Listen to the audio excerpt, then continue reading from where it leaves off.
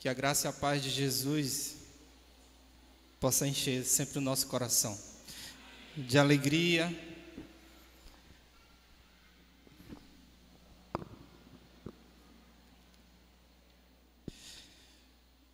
de prazer e de vontade de louvar, de engrandecer o seu santo nome.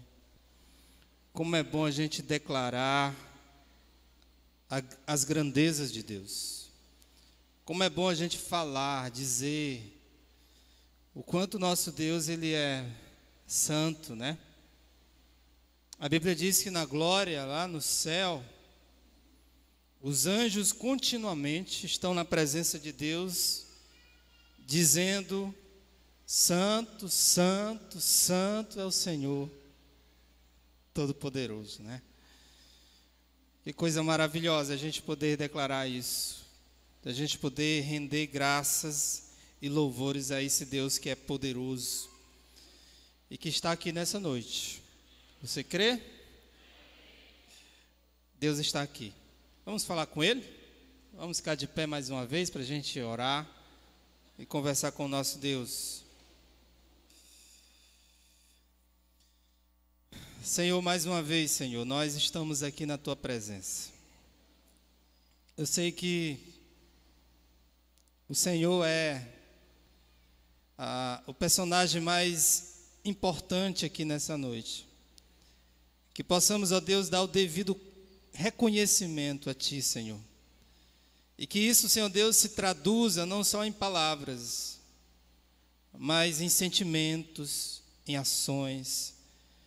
Que de fato a nossa adoração venha a ser uma adoração em espírito e em verdade.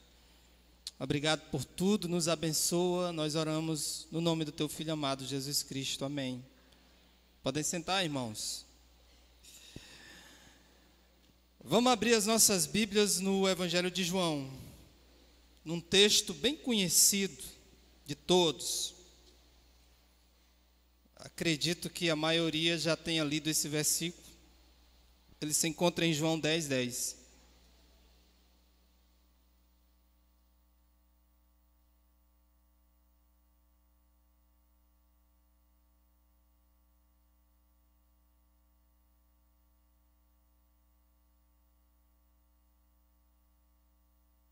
João 10, 10.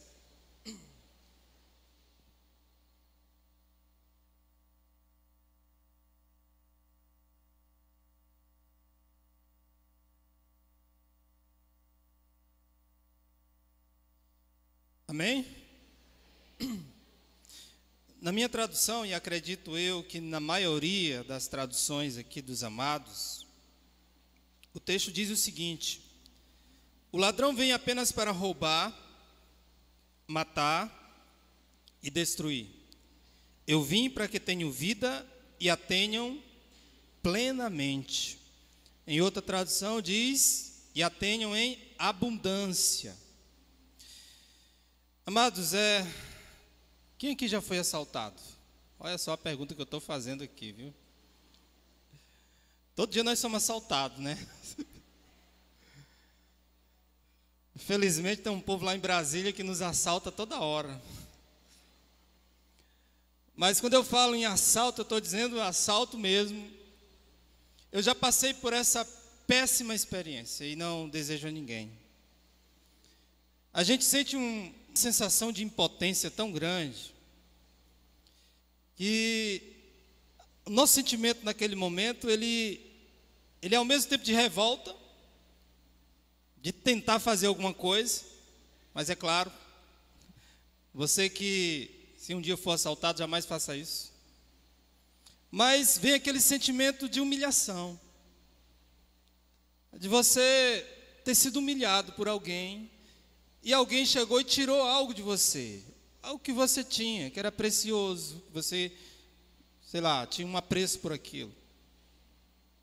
Eu já tive essa experiência por 2 vezes e confesso para os amados que a sensação foi terrível. Terrível. E olhando para esse texto de João 10, 10, que fala de 2 personagens, aqui diz E o texto fala de um ladrão, que o objetivo é bem claro: roubar, matar e destruir. O outro personagem todo mundo sabe, é Jesus. Ele veio para trazer vida e vida em abundância para todos nós. Interessante, olhando esse texto, um dia eu estava conversando com os homens lá na reunião de homens, eu estava até dizendo, gente, geralmente a gente associa esse ladrão aqui ao diabo. E acredito eu que esse texto ele se refere também ao diabo, né? Mas o ladrão aqui pode ser outra coisa também. Algo que chega na sua vida e ele rouba, ele tira. Mas é claro, o diabo sempre leva a culpa por tudo. E temos a ideia de achar que tudo que acontece de ruim na nossa vida é o diabo. Perdi o emprego, foi o diabo, Senhor. Estou com um problema no meu casamento, é o diabo. Tudo que acontece de ruim na vida da gente, a gente associa ao diabo. Mas a pergunta é, será que tudo realmente de ruim que acontece na minha vida é culpa dele?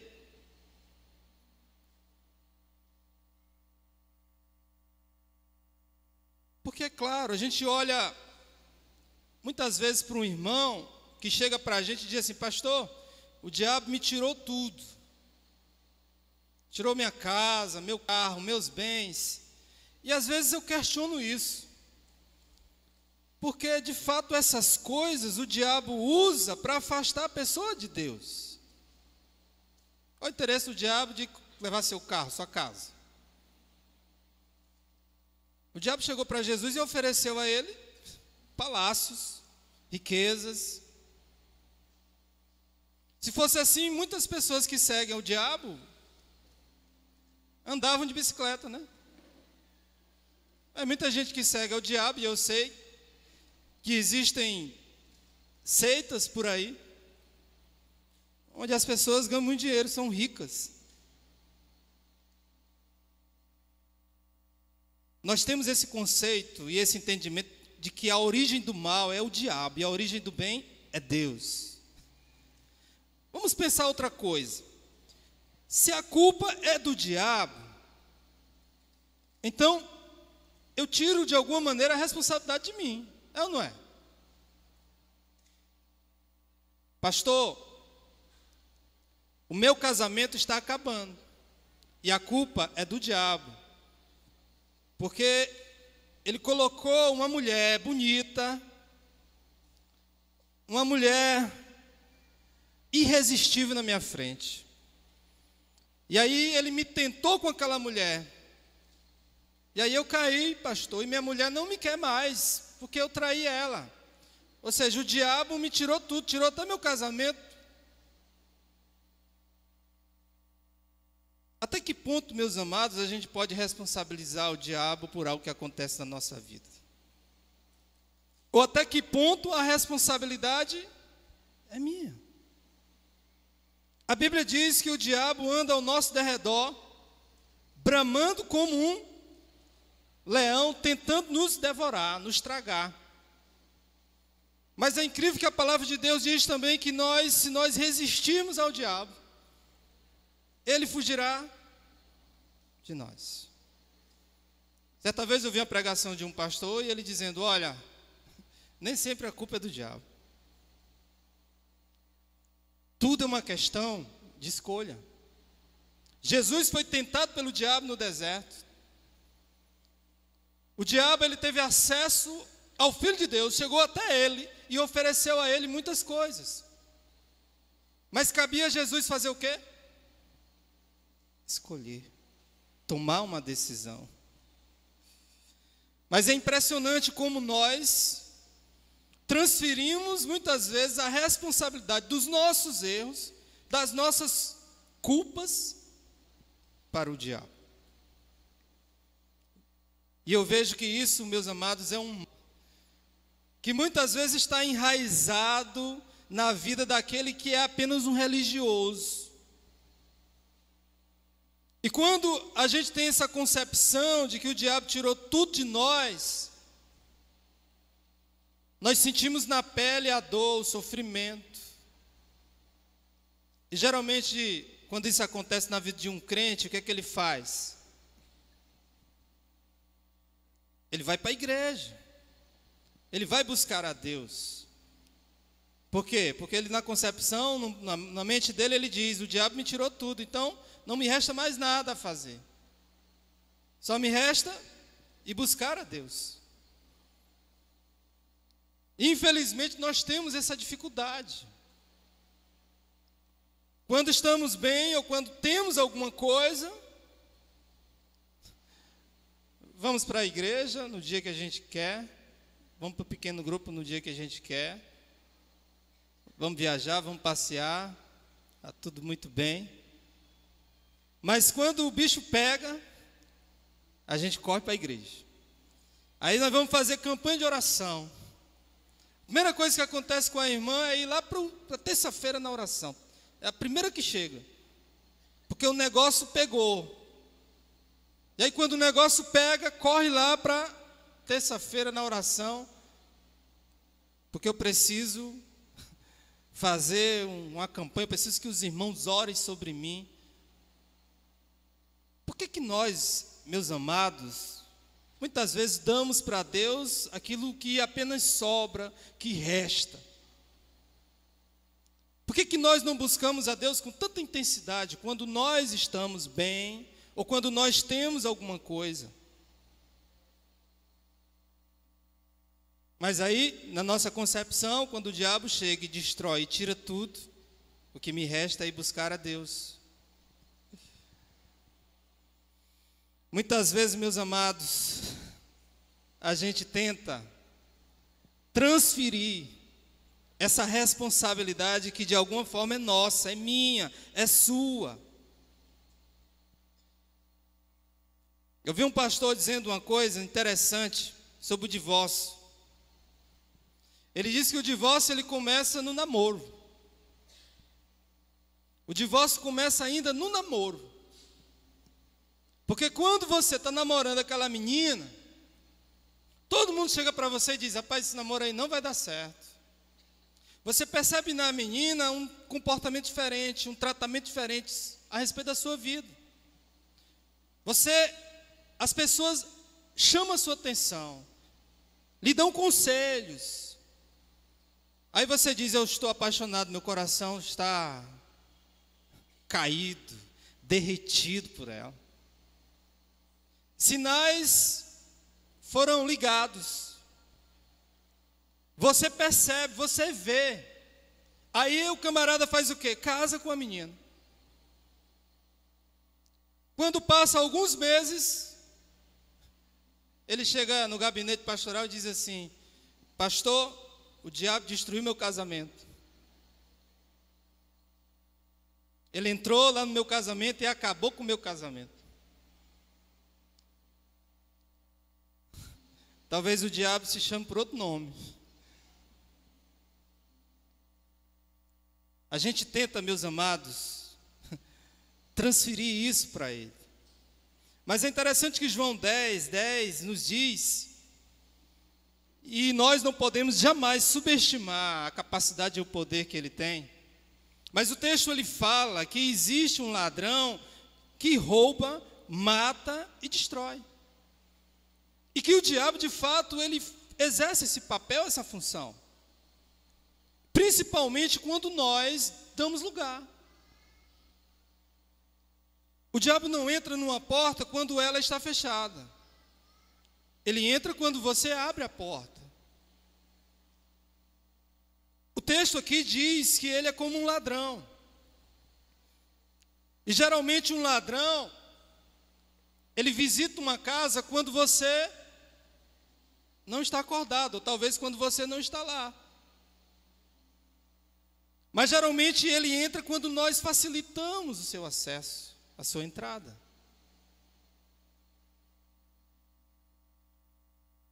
Lá em Lucas capítulo 22, nós vemos um episódio muito interessante. Você pode deixar até aberto o texto.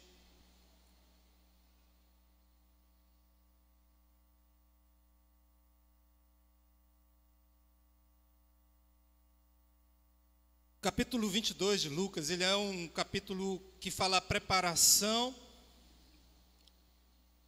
de Jesus, ou a preparação a respeito da morte de Jesus. Os momentos em que Jesus estava com seus discípulos, talvez os últimos momentos ali, em que ele realiza a ceia, em que ele vai para o Getsêmani, de onde ele é preso. E nesse capítulo a gente percebe alguns fatos, alguns acontecimentos, que de alguma forma estão ligados àquilo que o diabo veio roubar, matar e destruir nas nossas vidas. Eu queria que a gente pudesse refletir nisso. A primeira coisa que o diabo veio fazer, no que diz respeito a matar e roubar e destruir, é que o diabo ele veio matar nossa possibilidade de irmos além da matéria. Lá no seminário a gente conhece alguns termos teológicos assim bem aprofundados, né? Como a palavra transcendente, ou transcender. Ou seja, é a capacidade de enxergar, de ver aquilo que está além do humano, aquilo que está além dessa carne física. E uma das estratégias do diabo, sabe qual é, queridos? É tirar isso de nós, essa possibilidade de irmos além da matéria, de buscarmos uma vida apenas na carne, no lado humano, na nossa humanidade. O objetivo dele é fazer com que nós nos desliguemos daquilo que é espiritual, daquilo que vem de Deus. O objetivo do diabo é que você viva preso a esse corpo físico. E é impressionante como nessa vida não tem como ser feliz sendo apenas um pedaço de carne. Todos nós sabemos o que essa carne, esse corpo físico aqui, ele é capaz de fazer. E quanto mais nós vivemos os prazeres desse corpo físico e alimentamos ele, mais nós nos distanciamos daquilo que é transcendente, daquilo que é invisível aos nossos olhos humanos,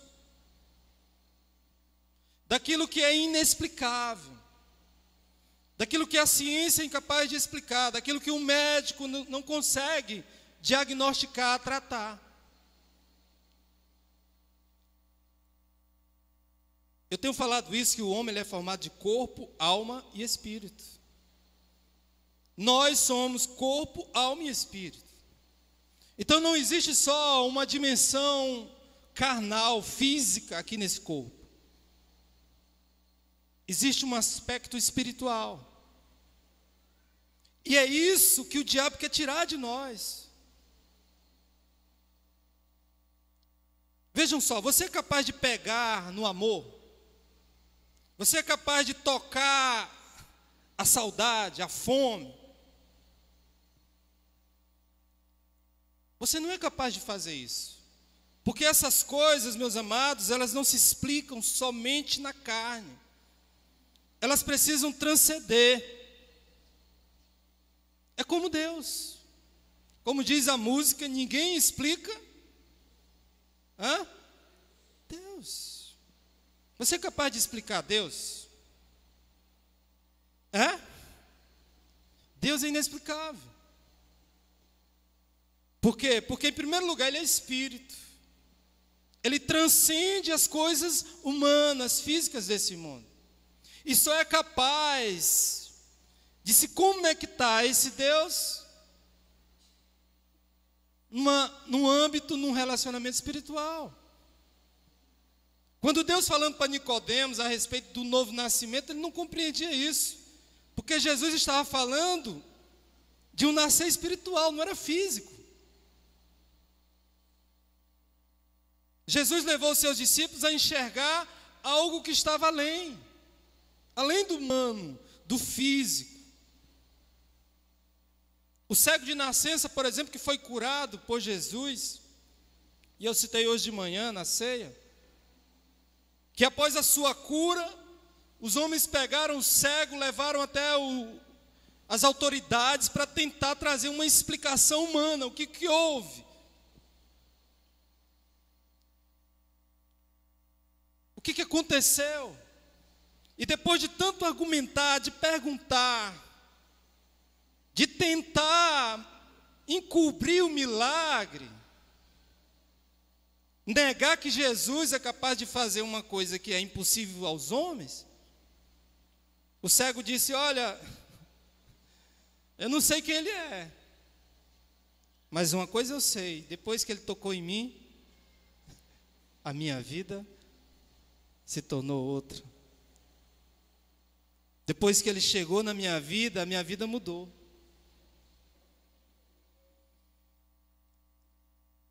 Pedro, é interessante, no versículo 45 de Lucas 22, você pode acompanhar aí na sua Bíblia. Jesus, após sair da ceia com seus discípulos, ele vai ao Getsêmani. E Jesus passou ali uma instrução para os discípulos. Era um momento de angústia para Jesus. E ele disse para os seus discípulos: orem comigo. Eu quero apenas que vocês orem. E aí Jesus se distanciava um pouco dos seus discípulos para orar. Quando Jesus voltava, estavam lá os discípulos fazendo o quê? Dormindo. Por 3 vezes isso aconteceu. E no verso 45, o texto diz: quando se levantou da oração e voltou aos discípulos, encontrou-os dormindo, dominados pela tristeza. Eu vi num livro que diz assim: quem não suporta a tentação é aquele que na hora de orar dorme. Você sabia que a oração nos conecta a Deus? Vocês sabiam que a oração é uma forma de transcendermos, de buscarmos termos uma conexão, uma ligação com Deus que é espiritual, que vai além do físico, do humano? Aí sabe o que o diabo quer fazer conosco, meus amados? Ele quer que você durma. Ele quer que você elimine essa possibilidade de estar conectado com Ele através da oração.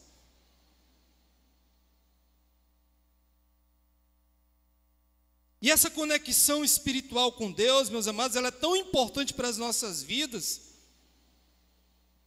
que eu vejo que a reação na vida de alguém que está ligado, que está conectado com Deus, e na vida de alguém que infelizmente está frio, está distante de Deus, que está vivendo apenas pelo humano, pela carne, pelo físico.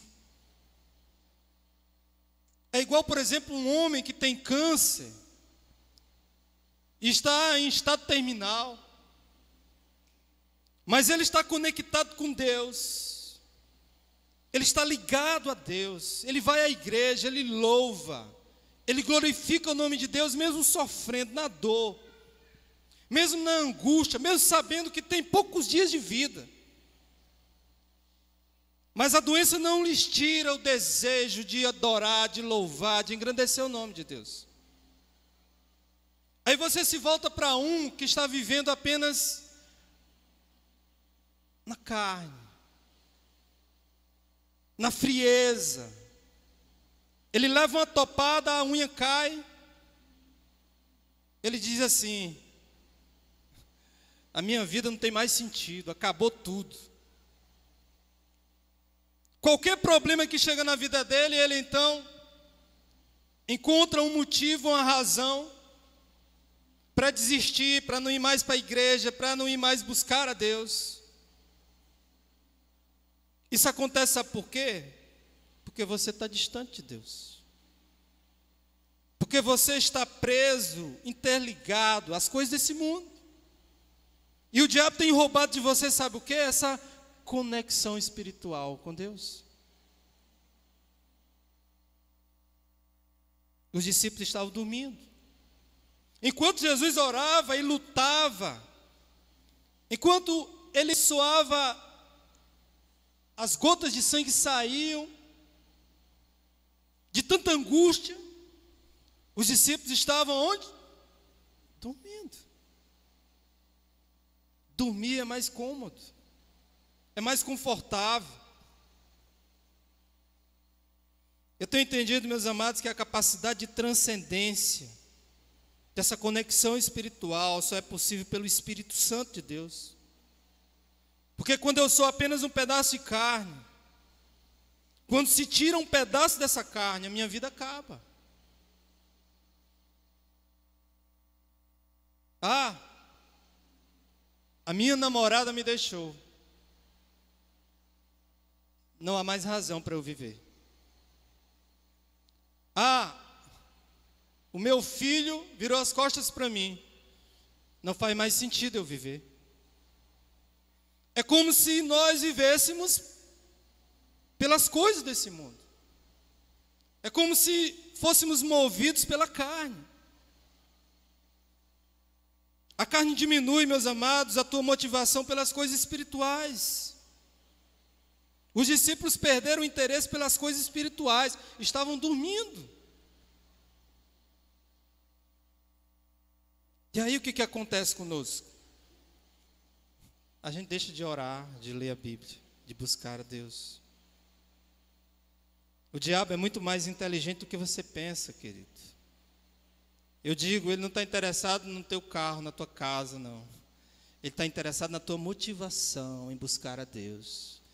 Ele quer tirar isso de você. É isso que ele quer fazer. Ele quer que você faça, sabe o quê? Durma. Durma, irmão. Ele quer que você se distancie, que você perca essa possibilidade de ir além daquilo que é material, que é matéria, que é carne, que é humano. E sabe outra coisa que o diabo tem roubado de nós, das pessoas? O diabo tem roubado o lugar de Deus em nossa vida. E é impressionante, meus amados, quando somos roubados pelo diabo, nós usamos desculpas. E quando ele tenta tirar isso, nós usamos desculpas. Eu digo para você que uma das estratégias dele é encher a nossa vida, sabe de quê? De coisas, de atividades, de tarefas, a ponto de você chegar e dizer assim: não tenho tempo para ler a Bíblia, não tenho tempo para orar, não tenho tempo para ir para a igreja. Eu trabalho, eu estudo, eu tenho que cuidar dos meus filhos. E até mesmo os próprios filhos são um empecilho de alguém vir para a igreja e louvar, de buscar a Deus. Ou seja, a bênção se torna desculpa para perder a motivação. Porque a Bíblia diz que os filhos são bênção. Quantas desculpas a gente usa? Estou cansado. Hoje trabalhei muito. É o calor. Mas vamos ver o seguinte. Se coloque no lugar de Deus. Vamos dizer que você é Deus. E aí, você tem um filho. E aí você percebe que esse filho não está te dando mais bola nenhuma. Porque toda vez que tu chega perto dele, ele diz assim: eu não tenho tempo. É o meu programa predileto. Eu preciso do carro para ir para o shopping. O que esse pai vai fazer para esse filho se achegar a ele? Tirar essas coisas dele. É ou não é? Deus vai tirar essas coisas. E o que Deus faz muitas vezes quando nós estamos levando uma vida de desculpas? Quando não tenho mais tempo para fazer isso ou aquilo, sabe o que Deus faz? Deus tira. Aí você diz, não, não é Deus que está me tirando, é o diabo. Deus tira. A Bíblia diz qual é o pai que o filho pedir um pão, ele vai dar uma cobra, uma serpente. Deus, ele sabe o que é melhor para nós. E muitas vezes o melhor de Deus para nós é nos tirar aquilo que atrapalha a nossa comunhão, a nossa relação com Ele. Às vezes Deus nos leva ao pó, ao chão. Davi cometeu coisas terríveis. E diante do seu pecado, nasceu um filho, uma criança. Mas aquela criança, ela não viveu. Davi passou dias de angústia, no pó, na humilhação. Andou com roupa de pano de saco, o rei de Israel. Mas Deus não permitiu que aquela criança viesse viver. Por quê? Será que Deus não queria ensinar alguma coisa a Davi? Quantas coisas, meus amados, atrapalham a nossa vida, a nossa comunhão com Deus, e Deus tira. Deus tira.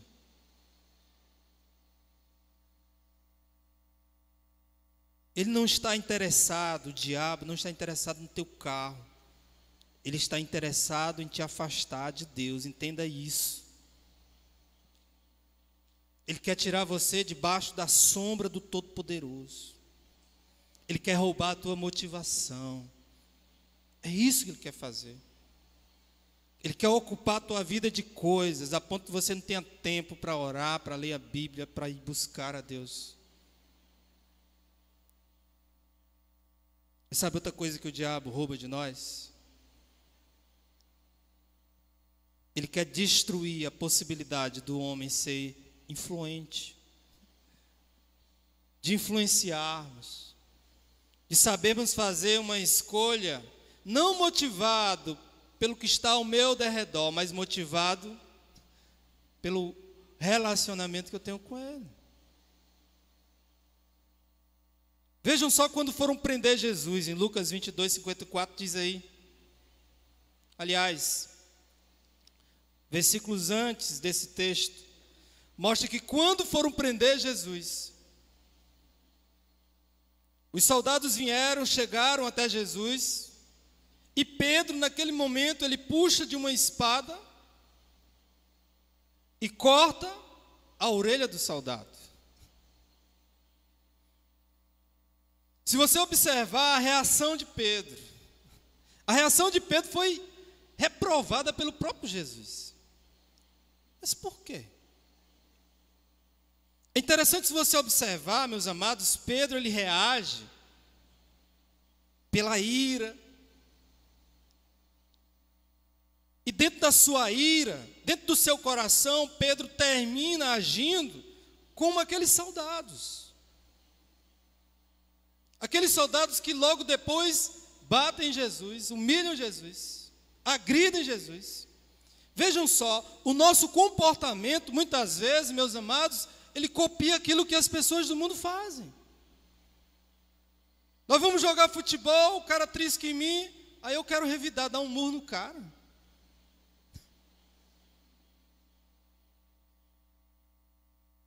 Uma das estratégias do diabo, meus queridos, é isso. É fazer com que você se misture a tal ponto que não haja mais diferença entre você e aquilo que esse mundo vive. Pedro teve uma reação idêntica àquilo que os soldados iriam fazer com Jesus. E é isso que, infelizmente, o diabo tem feito na vida de muitos crentes. Irmãos dando péssimo testemunho, fazendo coisas idênticas àquilo que as pessoas desse mundo fazem. O diabo faz o homem se tornar semelhante ao terreno onde ele pisa, ao território onde ele pisa. E é isso que ele quer fazer. Esse negócio de jeitinho brasileiro, que a gente tem tanto falado sobre isso. Ontem estava discutindo com algumas pessoas a respeito disso, da lástima que é o problema da corrupção no nosso país. E eu tenho dito que o problema da corrupção não é só aqueles caras lá, não. O problema está enraizado, vai muito além. Está dentro da nossa casa, dentro do nosso trabalho, todo canto.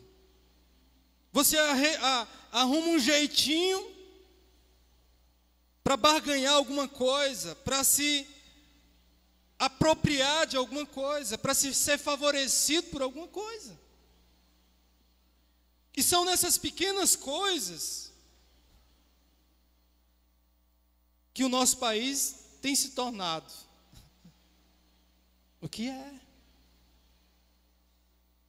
Como dizia minha mãe, né, minha avó, quem rouba um botão, rouba 1 milhão. Se você é capaz de ser desonesto com um troco, com 50 centavos, você também vai ser capaz de ser desonesto com muito dinheiro.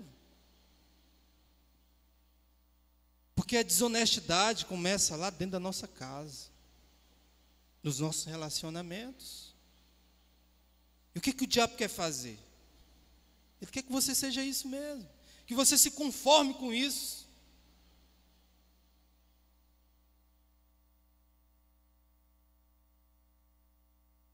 Outra coisa que o diabo destrói é que ele destrói a coragem, ou a nossa coragem de assumir uma vida de compromisso. O texto diz que quando Jesus foi preso, lá no versículo 54, mostra que Pedro passou a seguir Jesus de longe. Não parecia mais aquele Pedro valente, capaz de puxar espadas, de dizer lá na ceia, perante o Senhor Jesus, eu estou disposto até, se possível, morrer contigo. Cadê o Pedro valente? O texto diz que ele passou a seguir Jesus de longe. Quando o diabo vai roubando de nós, irmãos, essas características, sabe o que acontece na nossa vida? A gente vai seguindo Jesus de longe e vai se distanciando ainda mais. Vai ficando muito mais difícil. Na vida cristã, amados, as coisas nem sempre acontecem de forma favorável a mim. E são nos momentos desfavoráveis que Deus testa o nosso compromisso com Ele. Talvez na cabeça de Pedro, estando ao lado de alguém que era tão poderoso como Jesus, na cabeça dele ele pensou, nós vamos viver para sempre com esse homem. Aqui não tem ninguém capaz de nos derrotar, de nos vencer. Mas quando Pedro vê Jesus sendo preso, e ele se encontrando ali numa situação desfavorável, a primeira coisa que ele fez, sabe qual foi? Seguir Jesus de longe.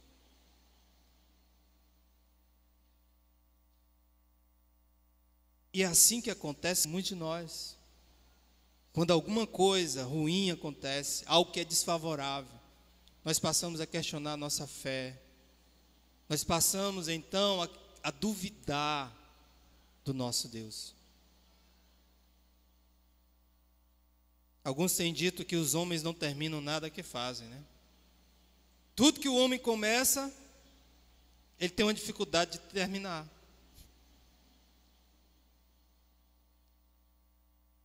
Mas tem mais alguma coisa que eu queria compartilhar com os amados a respeito daquilo que o diabo rouba, mata e tenta destruir nas nossas vidas. O diabo nos rouba, meus amados, a capacidade de comunhão com a luz. O versículo 55 diz que Pedro passou a seguir Jesus de longe. E aí, quando chega num determinado local, o texto diz, mas quando acenderam fogo no meio do pátio e se sentaram ao redor dele, Pedro sentou-se com eles. Olha só, Pedro há algumas horas estava sentado com Jesus numa mesa, compartilhando com o mestre, da comunhão do mestre. E agora Pedro estava sentado na companhia daqueles que torciam pela morte do próprio Jesus. Sentou com eles. Estava com eles. E por essa razão, veio então aquele sentimento de vergonha, de humilhação, quando lembrou daquilo que Jesus havia dito para ele, que ele iria negar por 3 vezes. Às vezes, meus amados, quando o diabo começa a roubar coisas de nós passamos a seguir Jesus de longe. Nós passamos então a frequentar lugares e coisas que nós não frequentávamos. Como diz no Salmo 1, bem-aventurado o homem que não anda segundo o conselho dos ímpios, que não se detém no caminho dos pecadores, nem se assenta na roda. Mas quando o diabo rouba essas coisas de nós passamos a vivenciar o contrário disso. Nós passamos a seguir o conselho dos ímpios. Nós passamos a ficar detidos perante aqueles que estão na roda. E não só isso, terminamos sentando na roda. E passamos então a conviver com aqueles da roda. O diabo vai roubando aos poucos. E é um processo de desconstrução que vai terminando, desconstruindo tudo aquilo que Deus havia construído na minha vida. E de repente a pessoa se vê totalmente desligado de Deus, fora.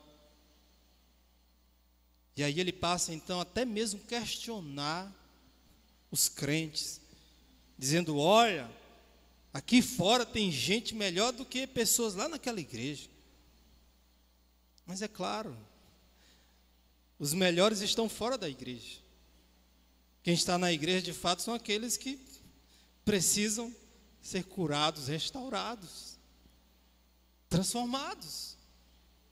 Quem que estava lá na roda com Jesus e Mateus lá, quando os fariseus questionaram o fato dos discípulos estarem com os publicanos? Os fariseus se achavam melhores e questionaram. Quer dizer que tu come com esses aí? Tu anda com esses aí?